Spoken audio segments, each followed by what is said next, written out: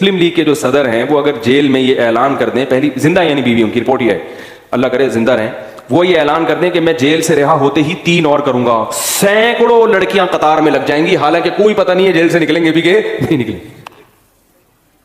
لڑکیاں کہیں گی ہمارا فائدہ اس میں, ایک آدمی کے بیوی بن جائیں, 15 16 سال کی لڑکیاں, اور والدین پیش کر دیں گے جو غریب لوگ ہیں خاص طور پہ. وہ بولیں گے یار ہمیں اور کیا چاہیے, محل ملے گا شاہی, رائے میں ہو سکتا ہے ایک بنگلہ ہمارے نام ہو جائے.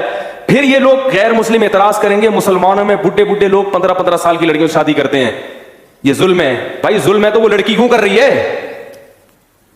ایک عیسائی خاتون تھی, اسکائپ پہ مجھ سے بات کی اس نے انگلش میں, ٹرانسلیٹر بیٹھی ہوئی تھی کوئی خاتون, وہ کہنے لگی کہ نبی صلی اللہ علیہ وسلم نے 9 سال کی لڑکی سے نکاح کیا ہے, یہ تو لڑکی پہ ظلم ہے, یہ تو عیاشی. میں نے کہا آپ مجھے بتاؤ, اگر حضرت عیسیٰ علیہ السلام آج آ جائیں اور آپ کی کوئی بیٹی ہو 15 سال کی یا 9 سال کی جو بالغ ہو چکی ہو 12 سال کی, اور عیسیٰ علیہ السلام جن کو آپ نبی مانتے ہو وہ واقعی مذہبی خاتون تھی, تو آپ اپنی بیٹی ان کو دے دو گی؟ اس نے کہا میں بھی 12 سال کی میں نکاح کر لوں گی, بیٹی تو بعد میں, اگر میں 15 سال کی ہوئی, چونکہ وہ اللہ کے کیا ہیں, عیسیٰ ہیں بھائی, اللہ کے پیغمبر ہیں, ان میں تھوڑی ایج دیکھی جائے گی کتنی عمر کے ہیں.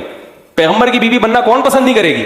تو میں نے کہا جس کو یقین تھا نا کہ محمد صلی اللہ علیہ وسلم واقعی اللہ کے نبی ہیں, انہوں نے بیوی بننا پسند بھی کیا, ان کے باپ نے دیا بھی, اور ساری زندگی اس پہ خوش رہی ہیں. اور جن کو آپ کی نبوت پہ شبہ ہے وہ کہہ رہے ہیں یار 50 سال کے ہو کے شادی کس سے کی؟ بھائی جب وہ خوش ہے تو آپ کو کیوں تکلیف ہو رہی ہے؟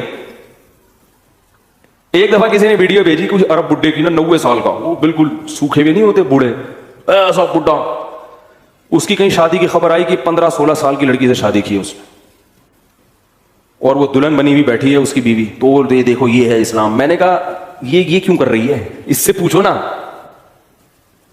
حالانکہ سعودی عرب میں تو لڑکیوں کو یہاں کی نسبت آسانی سے جوان لوگوں کے رشتے بھی مل جاتے, تو یہ انکار کر دیتی, ہم سے مشورہ لیتی, ہم کہتے بھائی جب جوان ہیں تو بوڑھے, ہم جیسے جب جوان موجود ہیں تو بوڑھے سے کیوں کر رہی ہو؟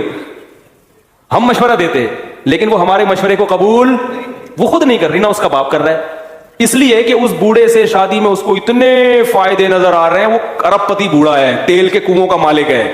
لڑکی بیچاری کہیں اورنگی ٹاؤن کی غریب کوئی لڑکی ہوگی, وہ سعودیہ کا اورنگی ٹاؤن, وہ کہہ رہی چھوڑو یار اتنا پیسہ مل رہا ہے. ممکن ہے کوئی خاتون کہے یہ کیسا پیسہ بھائی ہمیں تو نہیں چاہیے, تو آپ کو نہیں چاہیے تو آپ نہ کریں. کسی کو اسلام نے مجبور تھوڑی کیا ہے. اکثر خواتین کو واقعی پسند نہیں آتا اور آنا بھی نہیں چاہیے, کیوں کر رہے ہو بھائی بوڑھے سے.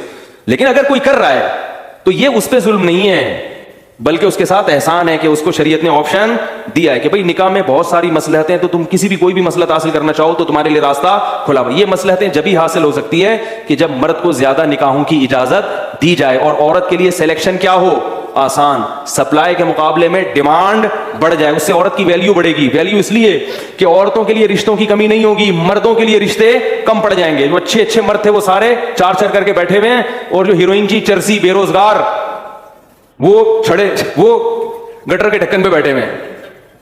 یہی ہوتا تھا پہلے. آپ اپنے باپ داداؤں سے جا کے پوچھو, جو رشتہ لینے آتے تھے جوتے گھسا کے بیٹی دیتے تھے ان کو, کبھی بھی تلاش نہیں کرتے تھے. اب باقاعدہ چراغ لے کے داماد ڈھونڈے جا رہے ہیں, الٹا معاملہ ہو گیا. اب مردوں کے لیے رشتوں کی کمی نہیں ہے, اس لیے اس کے نخرے بہت ہیں. پہلے ایسا ہوتا تھا کہ یار کوئی بیوہ ہو تو میں نکاح کروں, صحابہ کے دور میں ایسا ہوتا تھا. قرآن سے پتہ چلتا ہے کہ صحابہ انتظار میں ہوتے تھے کوئی بیوہ ہو تو عدت پوری ہونے سے پہلے پیغام بھیج دیا کرتے تھے. قرآن نے کہا عدت پوری ہونے تو پھر بیوہ پر. اور میں نے اپنی کتاب میں واقعات لکھے ہیں کہ ایک عورت کو طلاق ہوئی, بیوہ ہوئی, درجنوں رشتے آئے ہوئے اور بہترین سے بہترین. یہ تصور نہیں تھا کہ اخبار میں اشتہار دیا جائے یا کسی سے دعا کی درخواست کی جائے. تو اسلام کو کوئی صحیح جا کے پڑھے گا تو اس کو سمجھ میں آئے گا اسلام دین فطرت ہے.